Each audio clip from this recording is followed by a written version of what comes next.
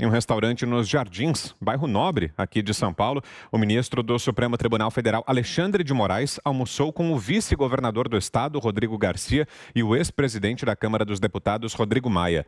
O encontro dos desafetos do presidente Jair Bolsonaro ocorreu na segunda-feira. A reunião se deu fora da agenda de Moraes e de Garcia. Futuro presidente do Tribunal Superior Eleitoral nas eleições de 2022, o juiz do STF é um dos articuladores da queda do voto auditável ao lado dos magistrados Luiz Roberto Barroso e Gilmar Mendes. No mês passado, uma das reuniões entre membros da corte e presidentes de partidos ocorreu na casa de Moraes, em Brasília. A imagem foi divulgada inicialmente pelo site Brasil Sem Medo e depois repercutida por outras páginas. Ana. É difícil, né? Eu queria pegar esse ponto que o Zé trouxe sobre os ministros da Suprema Corte Americana, são 9 apenas, mas é exatamente isso que o Zé falou. Eles não têm redes sociais, eles não se comunicam com parlamentares, eles não ficam aí, eles não estão sob os holofotes 24 horas, porque o que nós temos aí, a sensação que passa desses ministros para a gente é que eles amam o estrelato, né? O holofote, o pedestal, o palco, os microfones, eles amam e eles não conseguem viver sem isso. Já falecido juiz da Suprema Corte Americana, falo sempre dele aqui porque, inclusive, os livros desse juiz eles são muito especiais. O Antonin Scalia, muito respeitado por democratas e por republicanos, foi indicado por Ronald Reagan. Ele dizia que um juiz da Suprema Corte ou um juiz que está sempre feliz com as suas decisões é um mau juiz, é um juiz que não serve para ser juiz e defender as leis. E a sensação que nós temos no Brasil é de que os nossos juízes da Suprema Corte, os nossos ministros, eles estão sempre felizes, eles estão o tempo todo, inclusive fazendo piadinha, né? Nos salões aí do nosso Congresso, que eleição não se vence, se toma. Agora, nós temos aí nessa foto um parlamentar que inquéritos que vão para um parlamentar que, se estiver envolvido em algum inquérito para investigação, esse inquérito vai, por causa do foro privilegiado, vai para a Suprema Corte do Brasil, o STF, e esses inquéritos serão aí examinados e julgados por um desses ministros, e um deles está aí sentado com Rodrigo Maia, Alexandre de Moraes. Isso é democracia, isso é independência dos poderes, isso é mais um tapa na cara do brasileiro. Eu sinceramente, tem dias que a gente vem aqui, trata desses assuntos, mas é muito difícil a gente não se indignar com tudo isso que a gente está vendo, porque parece que nada pega, né? Eles continuam aí na impunidade, tanto como parlamentares investigados e os ministros na impunidade de atropelar a nossa Constituição, de interferir em outras esferas institucionais, e nada acontece. Por isso que, dentro do nosso sistema de freios e contrapesos, nós precisamos começar aí a colocar a PEC do foro privilegiado no nosso radar e demandar que os nossos senadores e o nosso Senado comece a discutir o impeachment de um desses ministros. E dentro disso tudo que a gente fala aqui toda semana, esse que está aí na foto, o senhor Alexandre de Moraes, nós sabemos aqui que é um dos ministros aí que parece que a Constituição não está ali, não tá presente no gabinete dele. É um dos que mais atropelam a nossa Constituição e as nossas leis. É necessário que comecemos a chamar ali na responsabilidade os nossos senadores e o Senado, porque atualmente é a única ferramenta dentro da nossa Constituição que pode trazer accountability aos ministros irresponsáveis do STF. Fiuza. Virou uma esculhambação, é uma esculhambação que está na cara de todo mundo, e muito pior do que esse flagrante é aquele que não foi feito não foi dissimulado, não foi escamoteado, que foi o avanço dos ministros do STF sobre o Congresso.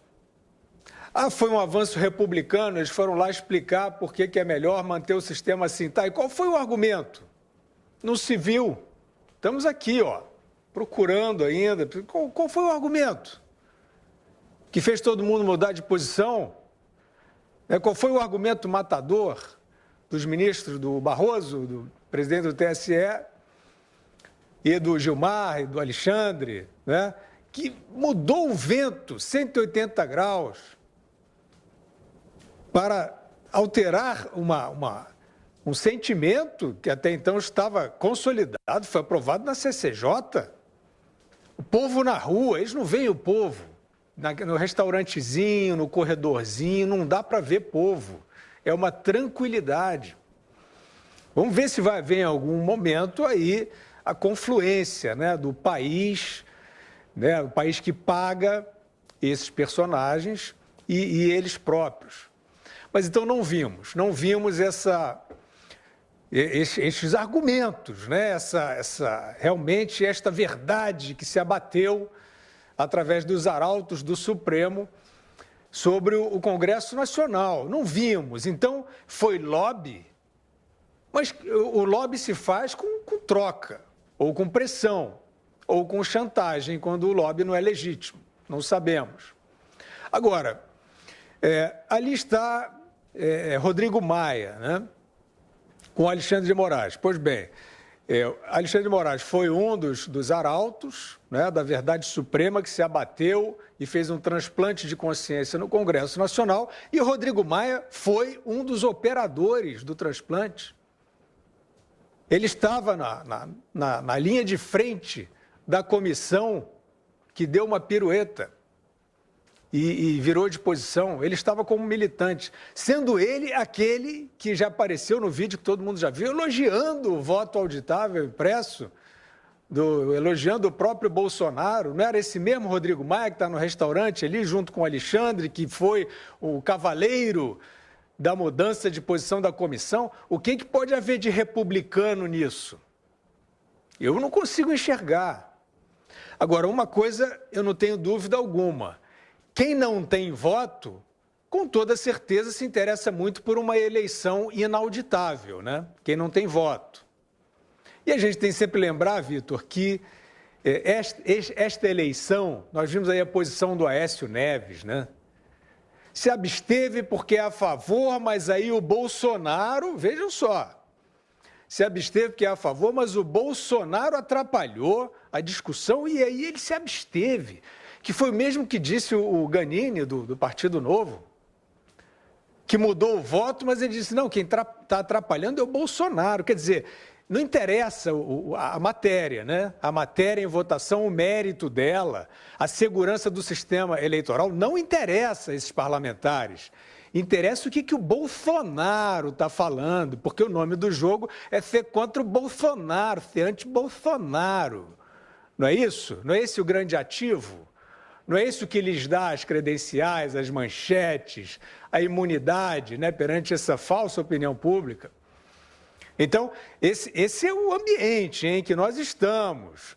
Nós somos aqui pela harmonia, nós não somos alarmistas, mas vejam o ambiente que nós estamos. E neste ambiente, ao fundo, libertado e reabilitado por estes mesmos magistrados que atravessam corredores, que vão ao Congresso, que operam comissão, reabilitam o ladrão número 1 do país, Lula.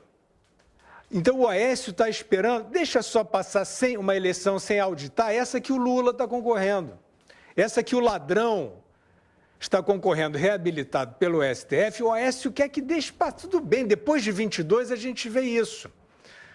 Na eleição que tem o ladrão, não precisa de auditagem, e a gente não precisa dizer mais nada, né? Algo mais, Ana? Só ler uma notícia aqui rapidinho, Vitor, de abril desse ano, 7 de abril desse ano. STF arquiva inquérito de Rodrigo Maia e do pai César Maia. O Supremo Tribunal Federal pediu o arquivamento do processo em que o deputado federal Rodrigo Maia e seu pai, César Maia, ambos do Partido Democratas, eram investigados por supostos crimes de corrupção passiva, falsidade ideológica, eleitoral e lavagem de dinheiro. O inquérito apurava se a dupla recebia vantagens indevidas da construtora Odebrecht. Quem arquivou foi o ministro Fachin e, apesar da decisão do ministro, delegados da Polícia Federal afirmam que pai e filho receberam pagamentos indevidos. E hoje nós estamos vendo aí um desses ministros do STF almoçando com o Rodrigo Maia. É inacreditável. Augusto. Você soma o comentário do ministro Barroso a esse encontro e você tem o quê? Uma articulação política. É um partido político supremo. Eles realmente perderam a vergonha, porque eles estão almoçando publicamente com essa turma. E depois, se alguém aparece com uma foto, a gente diz, não sabia que estava sendo documentada, né, a reunião. Não tá, como o Barroso não sabia que estava sendo gravada, aquela brincadeira. Então é o seguinte, eles estão interferindo no Executivo, os integrantes aí do Supremo Tribunal Federal.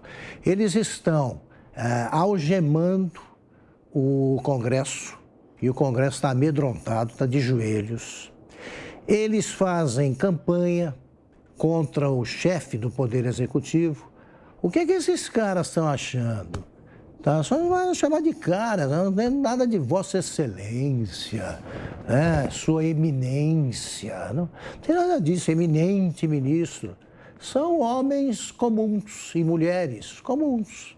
Fizeram um curso de direito, tiveram sorte aí, receberam convites imerecidos de presidentes da República e são o que são.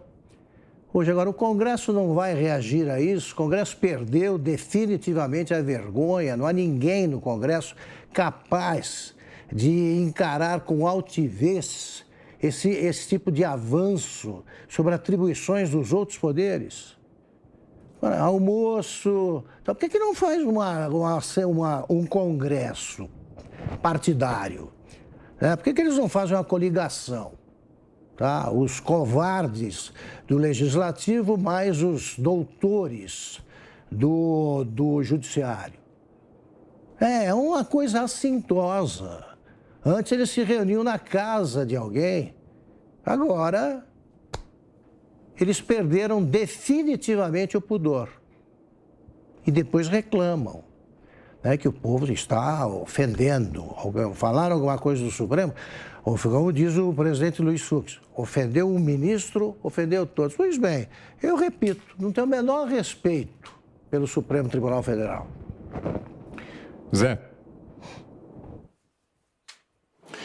É realmente uma combinação explosiva, né? A fala, o jeito de lidar com o Congresso Nacional e a tal fotografia mostrando o almoço aí com pessoas que serão julgadas no Supremo Tribunal Federal. É preciso dizer o seguinte, de que esta independência do Supremo Tribunal Federal, definida pela Constituição, foi para evitar, para não submeter os ministros do Supremo Tribunal Federal a um processo político.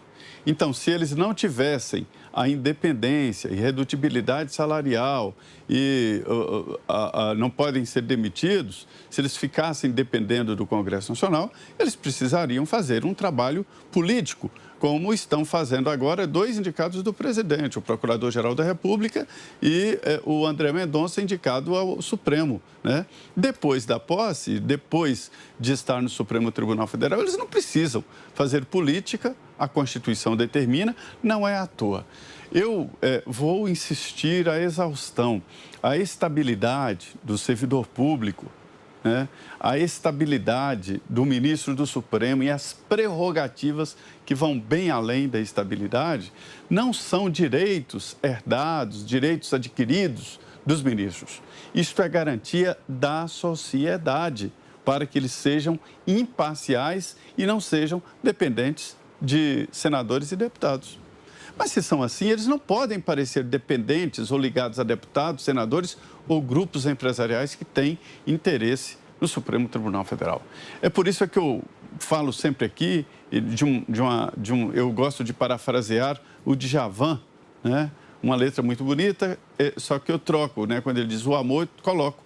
O poder é um grande laço, um passo para uma armadilha, com lobos correndo em círculo para alimentar a matilha. Lobos estão correndo em círculo aqui no poder para alimentar a matilha. Então, cabe aos dirigentes e aos ministros evitarem os lobos, né? E não dá nenhuma chance para que esta possibilidade, essa desconfiança aconteça.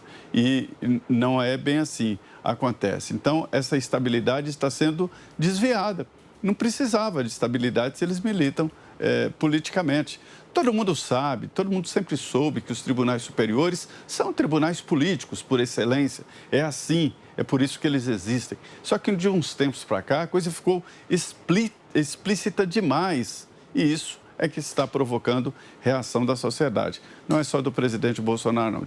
Todos estão vendo com muita atenção e preocupação essa relação.